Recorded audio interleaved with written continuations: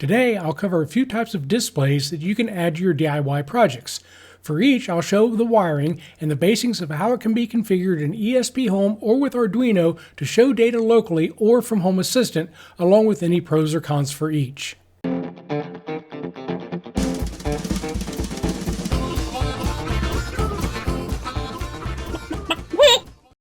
Hi, and welcome to Resin Chem Tech. Now, there are literally hundreds of types of displays that you can add to your DIY projects. Different form factors, different sizes, different resolutions, different colors, and even things like graphics and touch capabilities give you numerous options for your projects. Today I'm going to show you just 6 basic options, although other displays will likely work in a very similar manner. And while I'll be showing each of these one at a time, do note that it is possible to connect multiple displays to a single ESP controller. In fact, in that opening video, I actually had 5 different displays, 3 SPI and 2 I2C displays connected to a single ESP controller.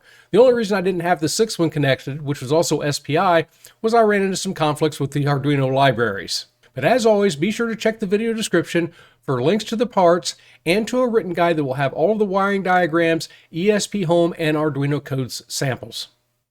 To demo all the displays today, I'll be using this DIY breakout board that I built. Now, this will accommodate a Wemos D1 Mini, but in this case, for all of our displays today, I'll be using an ESP32 Mini. Now, note that this has a logic level shifter for also testing LED projects. We won't be using that for any of the displays today and be using the direct pinouts. In each case, you'll see the display running some Arduino code, and then we'll also run some ESPHome code. If you want to know more about this breakout board, I made another video and I'll leave a link to that, and you can check it out after this one. This is the LCD1602 display. Now, this is an LCD type display. It has a resolution of 2 rows of up to 16 characters. Now, you can get other form factors of different numbers of rows and columns, but this one is 16 by 2. It is fixed color. In other words, you have a standard color for the backlight and a standard color for the text. On this particular model, that can't be changed, but you can buy them with other colors of backlights and text. And I believe there are even some versions out there with RGB backlight where you could change the color of the backlight. Obviously, it doesn't offer any kind of graphics support. You're not going to put any kind of image onto this, although you can define your own special characters in here, and it has some various character sets available. It obviously can't really do animation other than some basic stuff like scrolling text if you're using the right library or you want to write your own. It is not touch capable. It is an I2C device, has an operating voltage of 5 volts, and at least with a blue backlight, will draw up to 160 milliamps. Other backlight colors may vary. If all you need to do is display text or numbers, this is one of the easiest and most common displays you can use. Since this is an I2C device, the pinout is very easy. Now, do note that some models of this actually contain the chip and the I2C pinouts on a daughter board. Now, that does make it quite a bit deeper or thicker, but does have the advantage of a small potentiometer where you can adjust the backlight or the contrast. I happen to like this one with the chip mounted right on the board because it does make for a thinner device and makes it easier to mount in some cases. Do note that it also has a 16-pin header up here. That gives you really 8-bit control, or more or less the ability to control each individual pixel or LED on the display. Since we're looking at primarily doing text or numbers here, we won't be using that, and we'll be using the I2C pinout. Now, the I2 pinout is in this case listed right here. It's really pretty simple. We've got our ground, our 5 volts in, and then our I2C data and clock lines. Wiring it up is pretty much just like any other I2C device. This is 5 volts, so I've connected 5 volts and ground from my breakout board to the VDD and ground pins. And for my I2C pins, I'm using the defaults on the ESP32, which are GPIO 21 and 22 for data and clock, respectively. In this case, I'm using ESPHome on my controller, and here you can see the YAML configuration for that. I need to include my I2C integration. Now, you generally don't need to include the actual pins you're using if you're using the defaults, but if you are using other pins, you need to specify those there. Then I'm going to add a display. In the case of this one, the platform is LCD PCF 8574. You can find that in the ESPHome documentation, and there'll be a link to that in the written guide. I need to specify the dimensions of this because they do come in different numbers of rows and columns. Mine happens to be a 16 by 2. I also specify the I2C address here. Remember, if you're going to put more than one I2C device on a single I2C bus on your ESP32, each one needs to have a unique address. And of course, for our output, we're going to use lambdas. Those are simple snippets of Arduino or C++ code. And I'll talk about this a bit more at the end because you're probably going to want to put out something other than static text like I'm doing here. You're probably going to output sensor data or something from Home Assistant. But since all of these displays works in a similar manner when it comes to outputting the text, I'm going to save that for the end after I talk about all the displays. Regardless where the text coming from, my print statement includes where I want that first character located in terms of X and Y, and this is 0 base. So that first line starts at position 1 and 0, and the second line starts at position 2 and 1. And here we're doing the same exact thing, but this time with Arduino code. You'll notice it's very similar to ESPHome. We need to include our I2C, which is our wire H library. And in this case, the library for this display is the Liquid Crystal I2C library. We simply create an instance of that where once again, we're specifying the I2C address, the number of rows and columns. Then we initialize the device and turn on the backlight in our setup routine. And then we can simply call a display. In this case, once again, I'm setting the cursor position, outputting my text. Again, very similar to ESPHome. And again, I'll show how to use sensor or Home Assistant data with Arduino, but I'll save that towards the end of the video after I've talked about all the displays. This is another I2C device, and this is the SSD1306. It is an OLED display. It's a relatively small screen size. The actual screen size is 0.96 inches, but it has a resolution of 128 by 64. It looks like it's dual color here, but it's really a fixed color. In this particular case, this has two zones. So anything printed in this top zone will appear in yellow. Anything else in the bottom zone will appear in blue, and that is fixed and can't be changed. You can also get these in other colors, such as the text or the display being in white, but you are pretty much limited to a single, or in this case, two colors based on a zone. It does have some basic graphics support. I'm actually going to restart this just to give you an example. And you can see how it actually has a little symbol here. So you're not really going to be able to do photorealistic. You're not going to do photos on this. You're not really going to want to play video on it, not only because it's only single color, but just it really doesn't have that resolution. But you can definitely do things like material design icons, other little small images on this with no problem. And it will also do some basic animations. It is not touch capable, and it will operate on either 3.3 or 5 volts, and when fully lit will draw up to about 80 milliamps. The pinouts on this are basically identical to any other I2C device, with our ground, our VCC, our data, and our clock lines. Unfortunately, or I guess fortunately, depending on your willingness to solder, the pin headers come pre-attached, so if you need them in a different orientation or want to direct wire, you'll have to desolder and remove these pins first. Wiring for this is nearly identical to the LCD1602 or pretty much any standard I2C device. The only real difference here is I am powering this by 3.3 volts instead of by 5 volts. But again, we've got our ground, our VCC, and then our two I2C pins, data and clock, connected to the GPIO 21 and 22 on the ESP32 respectively.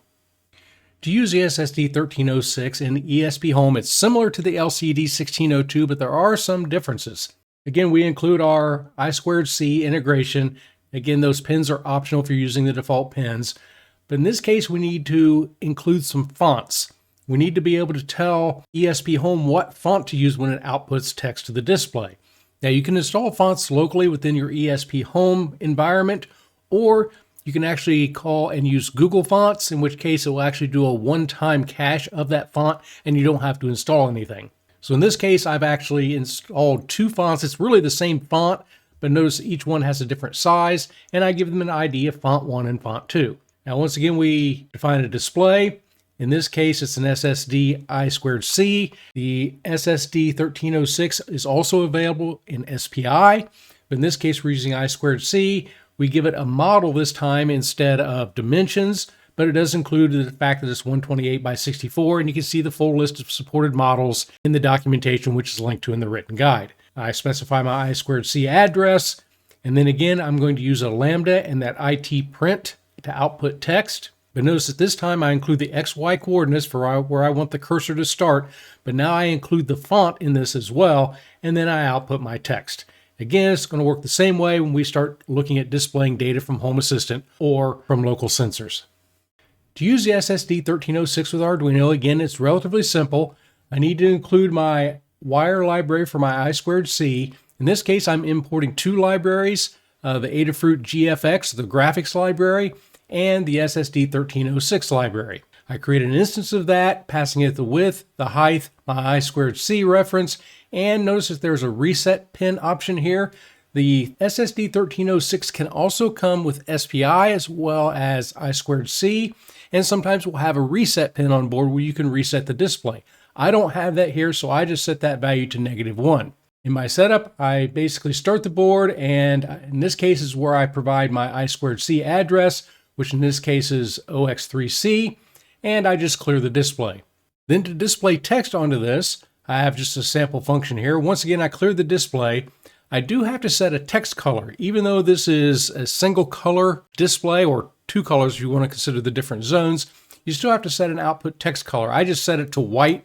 It's really not going to matter. It's going to show up in either yellow or blue depending on where I output the text. Then I set a text size, set the cursor position, output the text with print line, and then again you see I repeat that for the second line of text, and then I need to actually call the display function to refresh and show the text that I've sent it.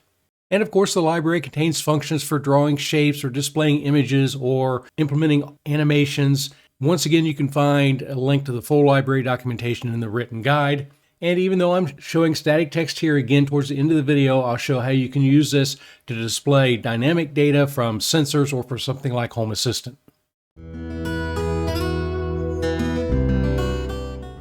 The rest of the displays I'm going to take a look at are all SPI displays. Now I want to take just a quick second to talk about the difference between I2C and SPI, especially when it comes to the pinouts on the devices themselves. While I2C is pretty standard, SPI can be all over the place. If you're already familiar with the difference between I2C and SPI, feel free to use the chapter links to skip this part.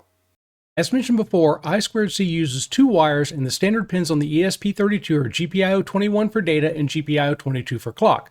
Of course, you can use other pins, and you can define two separate I2C buses if needed. And multiple devices can share the same pins or bus as long as each device has a unique I2C address you specify when defining the device in ESPHome or Arduino.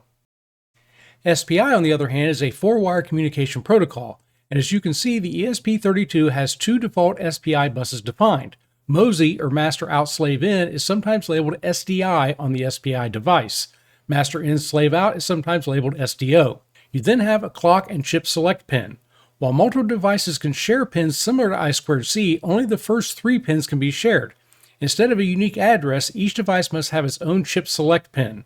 Also note there's a limit of just 3 SPI devices on a given bus. And while pinouts and labeling is generally pretty standard on I2C devices, as you're going to see, it can be all over the place with SPI devices. So why would you use an SPI device over I2C? For one, SPI is full duplex versus half duplex for I2C. This, along with the bus speed itself, means that SPI devices are going to be much faster than I2C, which could be critical for moving images or animations. SPI generally requires less power than I2C, but can result in a slightly higher cost. There are other pros and cons, and you can do a quick Google search for SPI versus I2C to learn more. But one of the important points here is you will see a much bigger variety of pin labeling on SPI. You're also more likely to see additional pins on the SPI displays for things like controlling the backlight or other features. With all of that said, let's take a look at the first SPI display.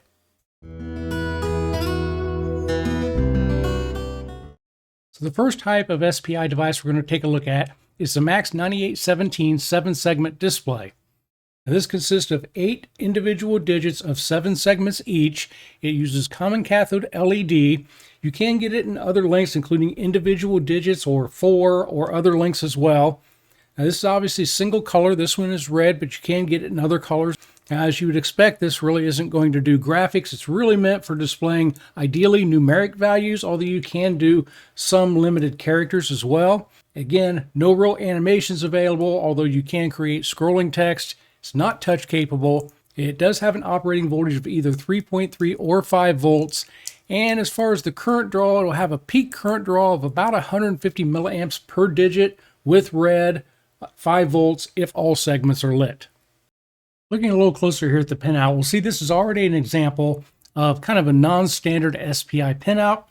Just said that SPI is a 4-wire communication protocol, and you see that besides VCC and ground, we only have 3 other pins here, and we don't see a MISO or an SDI, anything like that. Instead, we have a DIN.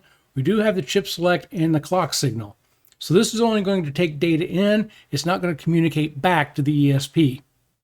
One particular thing about this model of board, it does actually have pins on the other end that allows you to really chain these together. Now, I'm not talking about having them as separate SPI devices. You could certainly do that as well. But what it does is allow you to chain these together kind of like LED strips, but not exactly the same. It's a different communication protocol here. But we can have the data in on one end and data out on the other, and combine, for example, 2 of these to have a 16-digit display instead of just a single 8-digit display. For the wiring on this, I'm just using the standard SPI pins, where I'm using GPIO 23 for my SDI, or in this case it's labeled DN, or data in, on this particular board. And GPIO 18 for my clock, and for my chip select I'm using GPIO 5. I'm powering it by 5 volts, although you could just as easily power it by 3.3 volts. To use the MAX7219 in ESPHome, we included the SPI integration, and this time we do need to enter the actual GPIO pins. The clock pin and at least one of either the MOSI or MISO is required. If your device is using both, obviously include both pins. In my case, the MAX7219 is only using a data in or a MOSI pin. Then a display is defined. Now the platform is MAX7219 and the chip select pin is listed. Recall that multiple SPI devices on the same bus can share other pins, but each must have a unique chip select GPIO pin defined. Now if you're using more than one MAX7219 display and have them daisy chained together as a single device, you should indicate the total number of chips in use. This value defaults to 1, so I could have omitted it for this example. Optionally, you can also specify an intensity or a brightness. Then once again, we use a lambda and a print statement to output characters to the display. Note that you include a decimal point in the output, and this won't take up a full digit. Instead, the small dot on the digit preceding the actual decimal will be illuminated. And you aren't limited to just one decimal. More than one can be lit up by just specifying a decimal following each character in your output. And while the display is primarily meant for displaying numeric values, you can display some text characters as well. Now, depending on which characters, some are better than others. Like here, the G doesn't look so good, and different libraries will render these characters differently, especially when it comes to uppercase and lowercase. But you can use letters as well. For use in Arduino, the SPI library is needed, and I'm using a library called LED Controller, but of course other libraries are available. I create an instance of the display specifying the total number of chips, in this case both horizontally and vertically, as you can daisy chain these into a matrix style layout. I only have one chip, so I specify 1 by 1 and give it a name. In the setup, the display is initialized by specifying the GPIO pins, optionally setting a brightness level and clearing the display. Now for the sample output, there are other functions available in the library, but the one I'm using here allows me to set each character value for each individual digit. This function requires the XY position, both of which are 0 based. Since I only have one display, the first position is always 0. The second value indicates a particular digit within the display. Again, this is 0 based, with the 0 position being on the right, most digit, and position 7 being on the far left. A Boolean value indicates whether to show the decimal dot for that digit. Again, letters can be output, but notice how the same lowercase letters are rendered differently here than in ESPHome. This is a function of the library itself. Next up is another SPI display driven by the MAX7219 chip. Yes, this is driven by the same chip as the 7-segment display, but in this case it uses a dot matrix instead of 7 segments for its output. That does mean we're going to have to use some slightly different libraries. Now the display type is still common cathode, and each segment here, there are a total of 4 in this particular one, has an 8 by 8 resolution, so the overall resolution of this is going to be 32 by 8. It is single color, not RGB, but you can find it in other colors other than just red.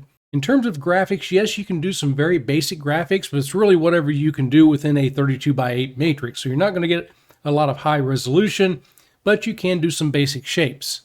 In terms of animations, you can do things like some scrolling text or some very basic animation. It's obviously not touch capable, This does have an operating voltage of 5 volts.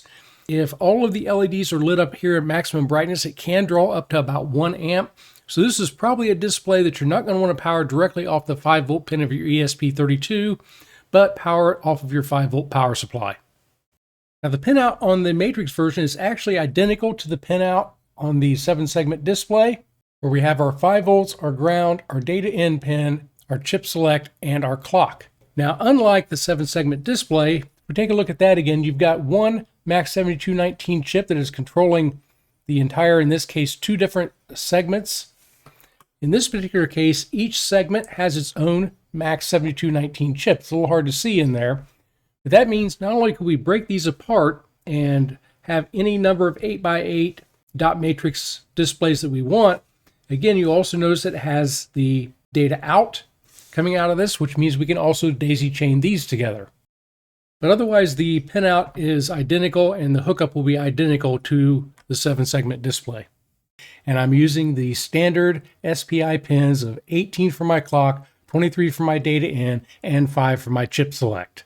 This is being powered by 5 volts, and notice I am powering this directly off my incoming 5-volt line. But in all honesty, if I was going to create a bigger matrix or maybe daisy chain these together, I wouldn't even want to run the 5 volts through the small traces here. I would probably want to come directly off my 5-volt power supply to the 5 volts in here, just due to the potential high amp draw of the display. In ESPHome, we once again define our clock and our data in pins, just like we did before. We do need to include a font in this case, kind of like we did with the SSD 1306, because we can change the fonts that we use and even do things like include some basic material design icons in here. And then we define our display. And notice on the 7-segment display, the platform is just MAX7219.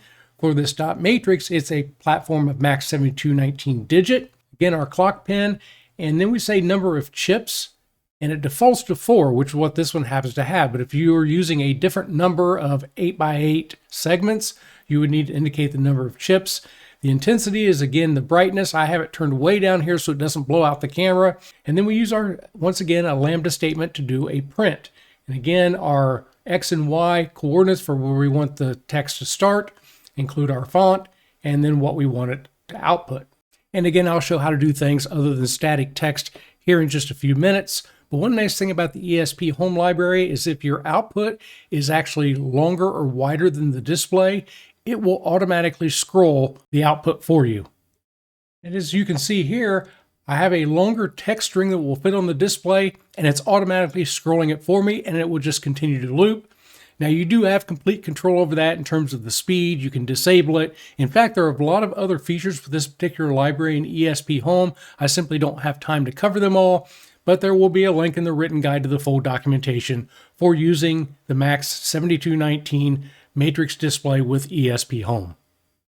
Using this display with Arduino is very similar to the other ones we've looked at. I included a library, which in this case I'm using the MD Parola library. It does require the MAX72 library, which provides the hardware interface, but I created an instance of that specifying the hardware type for this particular display, which is the FC16 hardware.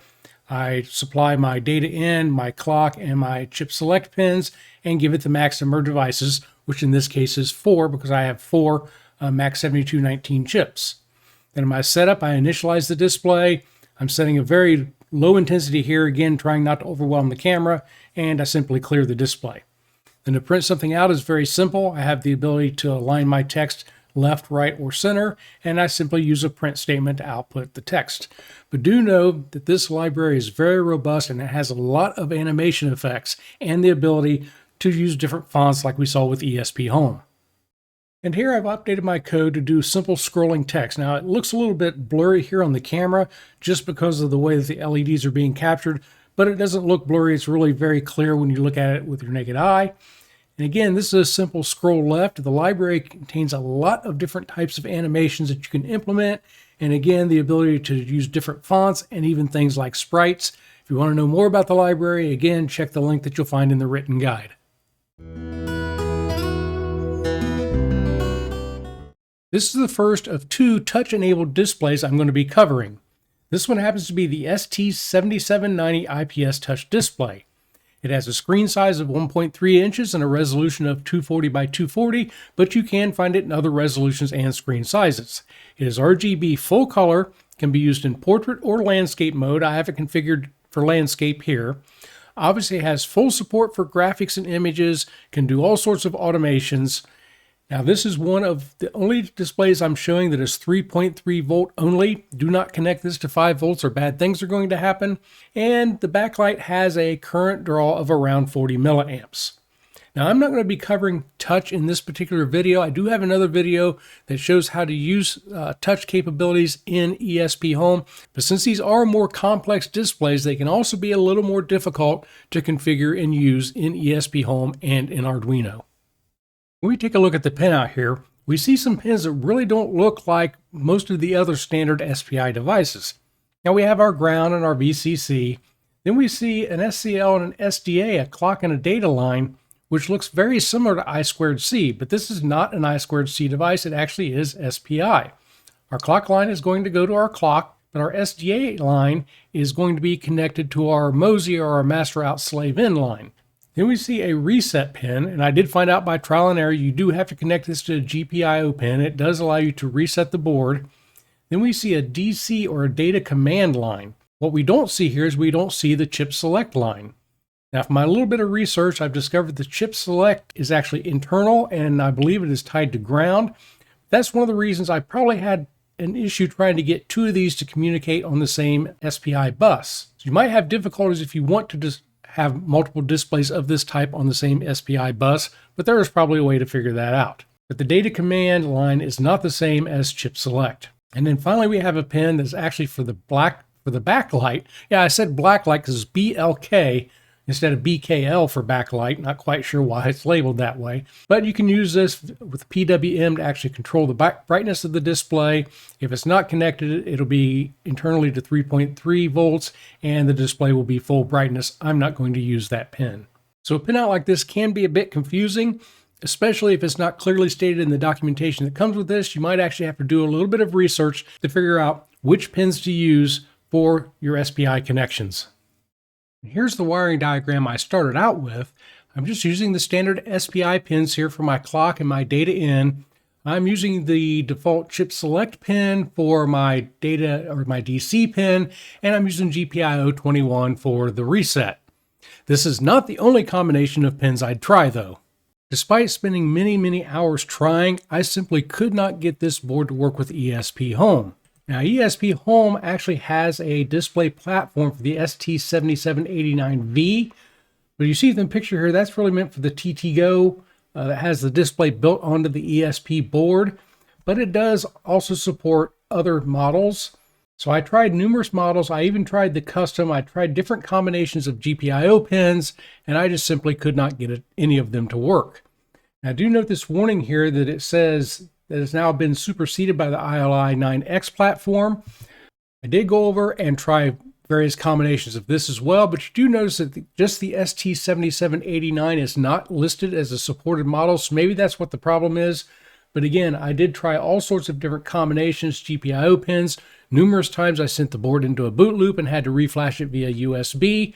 I just could not get it to work. I could get the backlight to come on, but I couldn't get it to display anything. I even found some forum posts with others who were having a similar problem, and this particular one said he got it to work. I tried that configuration and it didn't work for me either, but do notice this is a slightly different model of board. So if you do know of a way or have got this particular board to work, let me know down in the comments, and if I do get it to work, I will update my written guide with the specifics. I didn't have any problems getting this working with Arduino, so I know the board itself is good. For my Arduino code, I'm actually using a library called TFT eSpy. I selected this library because it has a lot of features for things like graphics and animation, yet makes outputting text really simple. So I'm creating my ST7789 instance at the top. Now notice I'm not specifying any pins here. That's because this supports a lot of different boards with a lot of different options, so it makes use of a user setup file. And the user setup file, again, you can see all the different types of boards that it supports, has all sorts of options in terms of setting your width and a lot of other options that you can use here. But this is also where you set up your GPIO pins. So the GPIO pins is included in this user setup file. Then in my setup, I initialize the board. I'm setting a rotation here. This can rotate 0, 1, 2, or 3, so it'll work in any orientation. And I'm just fill the back screen with blue during the boot process just so I can make sure that it's responding. Outputting text is extremely easy, as I mentioned. I can set the background color. So again, with this board, you're not limited to a single background color. I could print, blue text on a green background or black text on a white background. I'm just using a black background here, but you can change that to any color you want. I'm selecting a text size, which works in combination with the next line, where I set the cursor position in an XY coordinate. But that last number, 4 in this case, is actually selecting one of the built-in fonts. This has a number of built-in fonts that you can use, but of course you can import your own fonts as well. Then I set a text color and simply use a print line statement. The nice thing about a print line statement, it does give me a new line character at the end, so I don't have to reset the cursor position.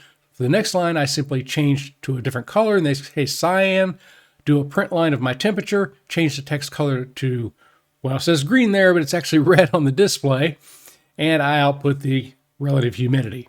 So a very easy library to use, but it has a lot of advanced features as well. Still not quite sure what's going on with ESPHome other than the fact that the libraries or models that it currently supports just doesn't match up with this particular board that I'm using. If that happens to change down the road, I'll be sure to leave something down in the video description or in a pinned comment.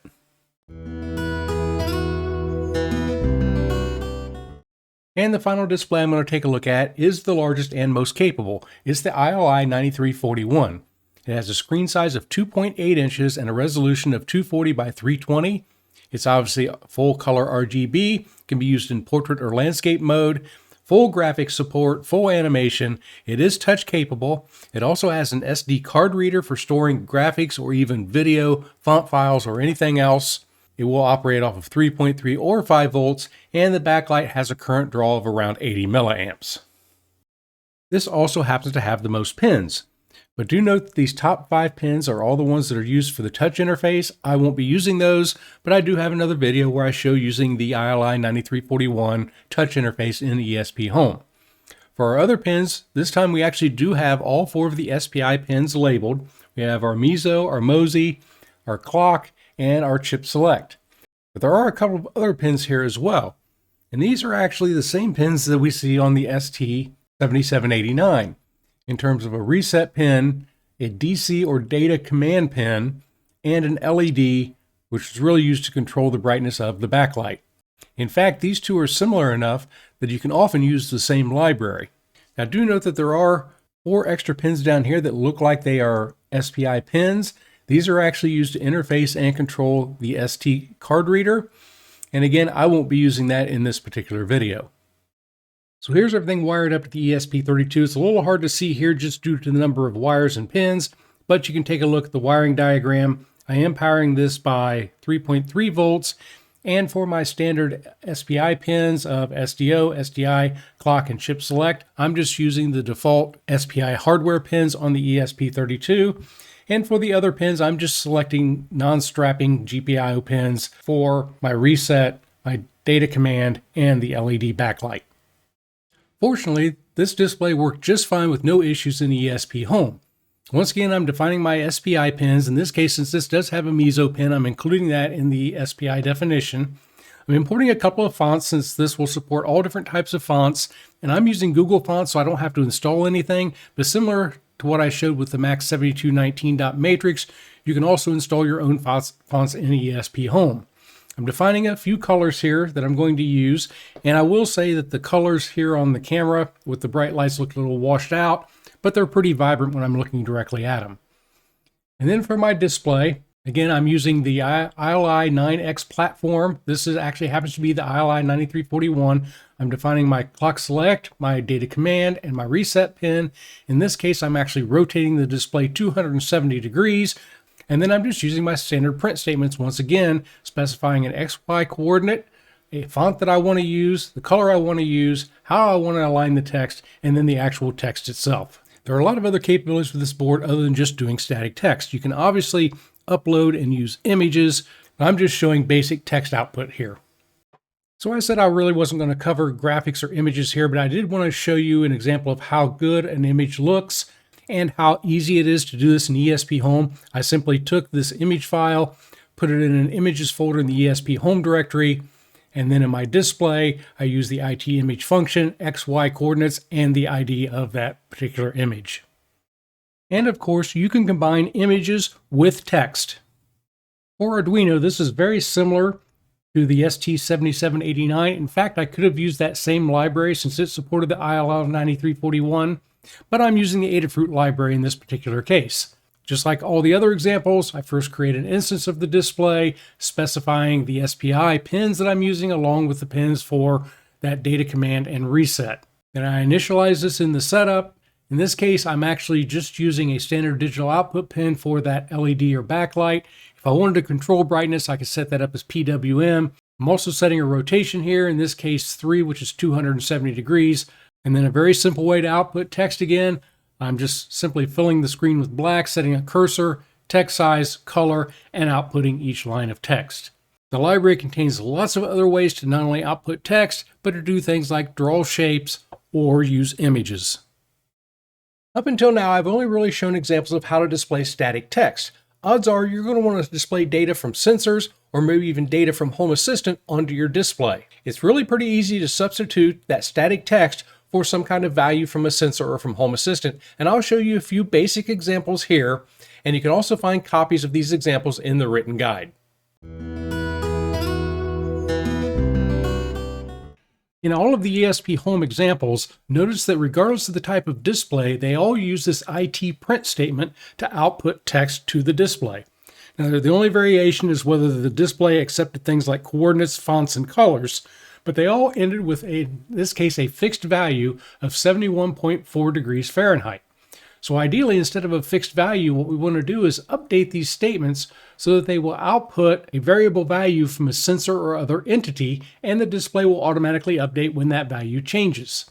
So what I'm going to show for one display will work for all the displays in this case. So I'm just going to use the ILI9341 in this case, just because it's one I happen to have defined in ESPHome. I'm actually showing my ESPHome node here, and again, notice that I've got a fixed value for the temperature. Well, I've added a sensor to the ESP, and in this case, it's just a DHT22 temperature and humidity sensor. I'm just going to be looking at the temperature, but ideally, we now want to take the value of this sensor and replace this fixed value. The process of updating that fixed value with the value from our sensor is surprisingly easy. I'm going to come down here to my print statement where I have my fixed value here, and I'm going to change this print statement to a printf. Think of that as a formatted print. It's going to allow me to specify a format and then substitute a value in using that format. So now I'm just going to remove my fixed value out of here, and I'm going to put in this. This is my formatting statement. I want to include a fixed degree C, so this is reporting in Celsius here, and this is the actual value coming from my sensor up here that has an ID of temp F. It's going to drop this value in into this part using this format. So I'm going to go ahead and save and install this right onto my ESP32 from here. Now remember, anything in those lambdas are really just snippets of Arduino code. So you could easily Google that printf, or you could look at the ESPHome documentation, which has some good help as well about how to use that printf statement to format your values. Okay, so now we're uploading. This is going to reboot. And when it comes back up, there we go. We're now getting a value on the display directly from the sensor. In fact, I'm going to pick this up, and I'm actually going to see if I can warm this up here just a little bit. And there you go. You can see that it's already starting to change. So every time that the sensor updates with a new value, the display is automatically going to update as well. It was really that easy. And while I'm using a numeric value here, you're not limited to that. If your sensor's returning a text value, say it could be something like off or on or opened or closed, or even any other kind of text string, you can do the same thing. You just have to change this formatting statement down here in your printf statement. But what if you want to display a value from Home Assistant and not a sensor that's actually connected to the ESP32? Well, that's pretty simple as well. We simply change our sensor to have a platform of Home Assistant. We specify the entity ID of that sensor, and that's really all we have to do. In this case, I'm using the same ID, so I didn't have to change anything down here in my print statement. But now I'll actually display values from the sensor in Home Assistant, not necessarily the one that's connected directly to the ESP32. And remember, this works pretty much across all the different types of displays I've shown today. Process on the Arduino side for a local sensor is going to be pretty much the same. We would somehow get a temperature or a sensor reading, store that in a variable, and then update our display, substituting our static text down here for something like a printf statement like we did before. Now, check the library that you're using in Arduino. It may not have a printf function, but a lot of them have additional functions that are specifically meant for doing things like printing numbers or certain types of values. What about values from Home Assistant or for sensors that aren't directly connected to your ESP32? The easiest way to get Home Assistant data into your Arduino-based project is through the use of MQTT. Now, I've got numerous other videos that talk about how to use MQTT both on the Home Assistant and the Arduino side and how to make them talk to each other. So I'm not going to go into the details here, but the gist is you would be running MQTT and listening for a message. When you receive that message, you would use the appropriate library for the display to take the value received and update the value on the display. So I've really only touched on displaying alphanumeric values onto these displays, but do note that many of them have advanced capabilities and the ability to do things like shapes, images, graphs, advanced animations, and even touch feedback and control. If you want to know more about that, check out the video description along with the written guide where I will link to all of the ESPHome documentation and the Arduino libraries for each of the displays that I showed today. I'll be back soon with more videos on DIY electronics and home automation, but until that time, I'd like to say thank you for watching and I hope to see you soon.